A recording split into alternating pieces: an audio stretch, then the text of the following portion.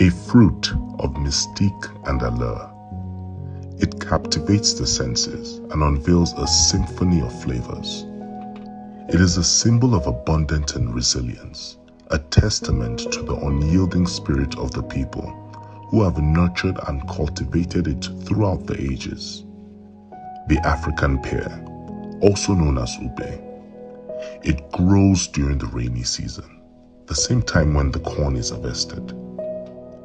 Onome loved the velvet skin of the African pear and its taste with roasted corn. She would always jump as a child who just got new toys. Her happiness was contagious and her eyes lit up anytime she bought them. I had just had my hand surgery and was still under the influence of the drugs to relieve my pain. We were heading home and Onome suddenly sighted the African pear and corn. She couldn't resist it. She packed the car and came down to buy some. The seller sold it in an old newspaper that was not in use anymore. Onome came in and put it into her handbag. I couldn't help but notice the glimmer in her eyes. We both exchanged glances and laughed almost immediately. Mama Lee, you still had to buy it while I'm here in pain. My pikin, she said as she laughed loudly and deeply. I could see the movement of her chest. I couldn't resist it. You know it's my favorite snack, she said. Onome's eyes were already watery from laughing a lot. She played my favorite music as we drove home. She always looked forward to the rainy season, and it didn't surprise me to see the African pear and roasted corn in her handbag. When I come across ube and roasted corn, Onome and her dance steps come to mind.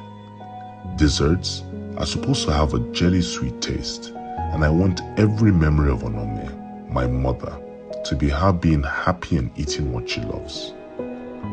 I lay on my bed savoring every memory of Onome.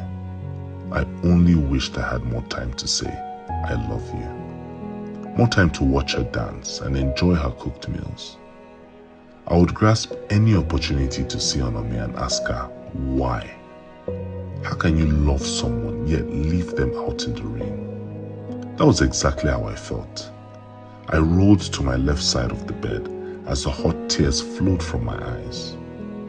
I put my hand over my mouth to avoid crying out. I held her picture tightly to my chest. Onome, I will make you proud, it is a promise. I cleaned my tails and got to work. Her memories inspired all my curated dishes, and this is the last curated dish I have named pear cheesecake and roasted corn crumbles. For the love of Onome, my mother, whom I loved, a woman who was full of life, happiness, joy, and love, I dedicate all my curated dishes to her. A woman whose dedication, discipline, perseverance have taught and shaped me into the person I have become and still becoming. Adieu, Mama. Adieu, Mama Lee. Adieu, Mama Ejiro. Adieu, Sakpo Onome. She continues to live long in our hearts.